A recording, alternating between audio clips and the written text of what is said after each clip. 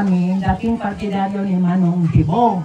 Doon kami kumukuha ng mga grocery, lahat bigas. Wala talaga akong masabi kay Manong, hindi siya makasarili. Kahit ultimo wala ng bigas, yung bigasan nila, mapunta ako doon, kaya ako mismo palit-palit kami. Minsan si David, Tita. Ako ang pananggangil kaya hindi marunong niya kapal ang mukha ko. Ganyan yung bigasan. Nandyan pa man siguro kambal, no? Yung bigasan na yung ano, no? Ganyan niya. Ang si Ma'am nagalit, Jesus, wala na kayo bukas. Bigas, sabi ganyan. Ay, magbili kayo bukas, sabi niya. Hindi ko mga sa mga bata. Yan na yun lang. Tapos, nag-usap lang sila ni Bo.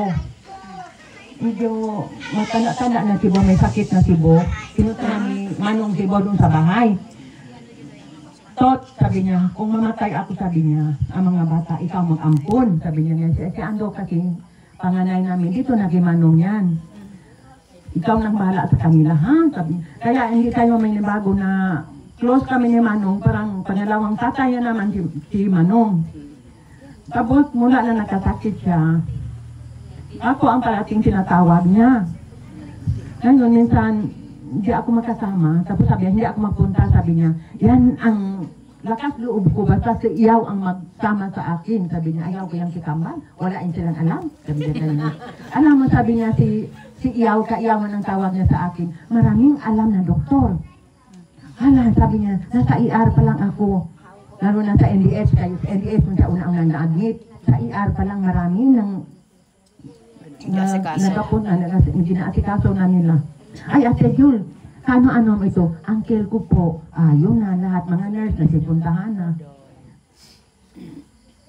Tapos, doon sa Mansamuro naman, wala pa si Bibi.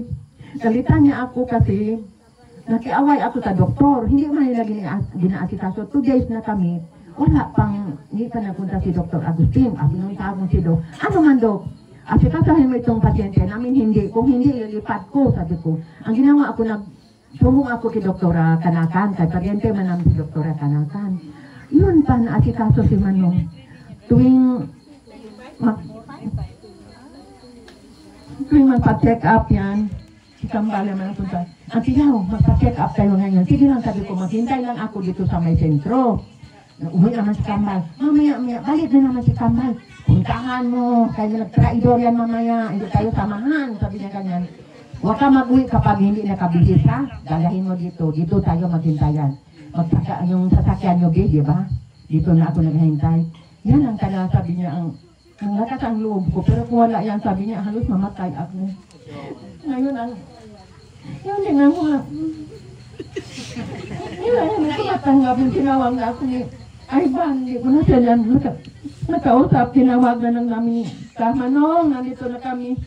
Sita, nandito na.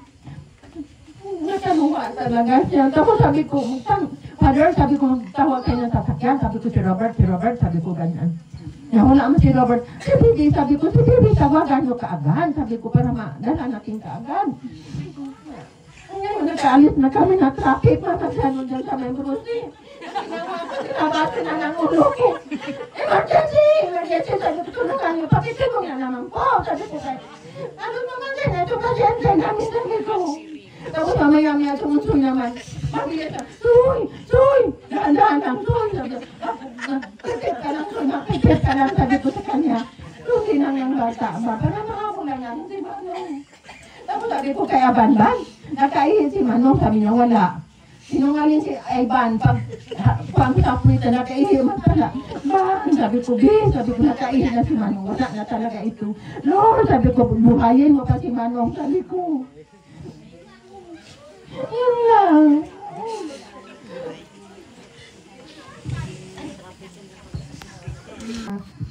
Nung pinatawag na nila ako para samahan sila. Pinaka-first is yung sinama nila ako sa Davao. Siyempre, that time, mahiya talaga ako kay Lolo. So, wala ako talagang, ako daw kuno ang kanilang nurse. Pero grabe ang dasal ko kay Lord. Lord, wag naman sana may mangyari kay Lolo during nung travel. Yun yung pinaka-first. And then very maaalalahanin si Lolo. Lagi niyang ginaremind si Kambal na si Joanne, nakakain. Then yung uuwi na, o nauna ako nag-uwi, pero pinabaunan niya ako ng pera.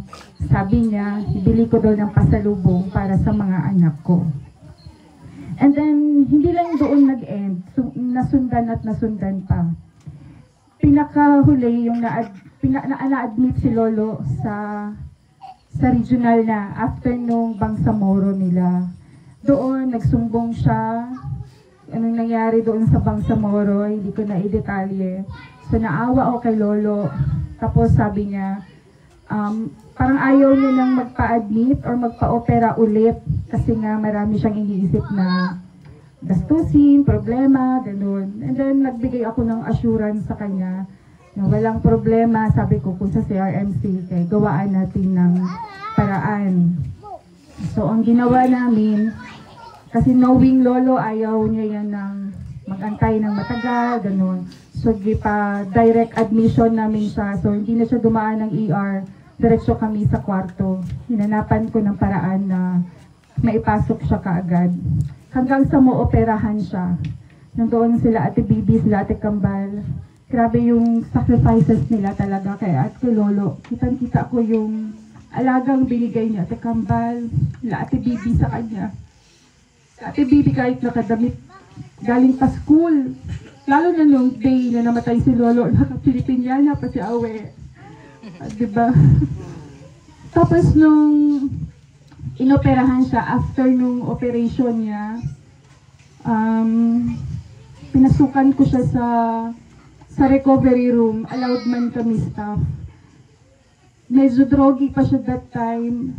Pero nung hinawakan ko siya sa ulo, sabi niya, ay mabuti nandyan ka, sabi niya.